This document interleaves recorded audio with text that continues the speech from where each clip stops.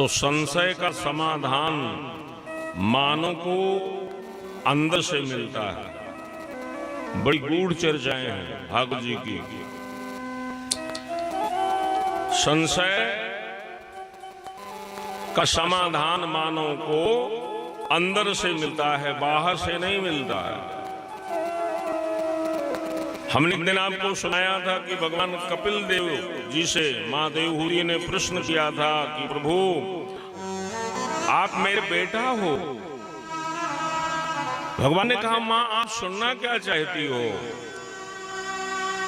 तो मां देवहूति ने कहा था, तीसरे दिन की कथा में याद करो कि बेटा मैं ये जानना चाहती हूं कि सच्चा आनंद कहां है, सच्चा सुख कहां है।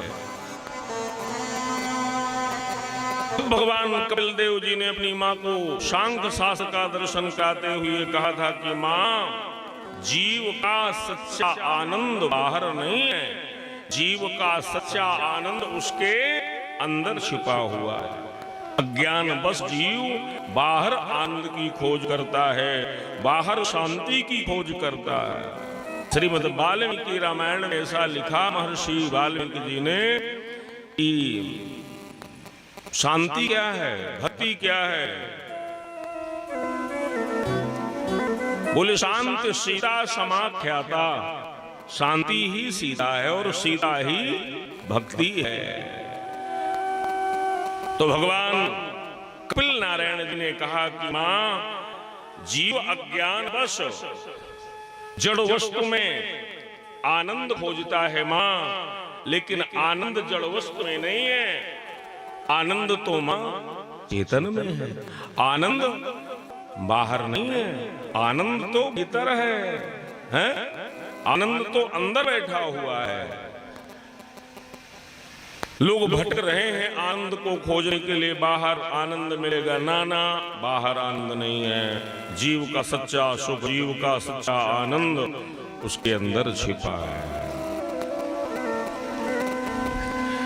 संशय एक बहुत बड़ी बीमारी है जीवन की।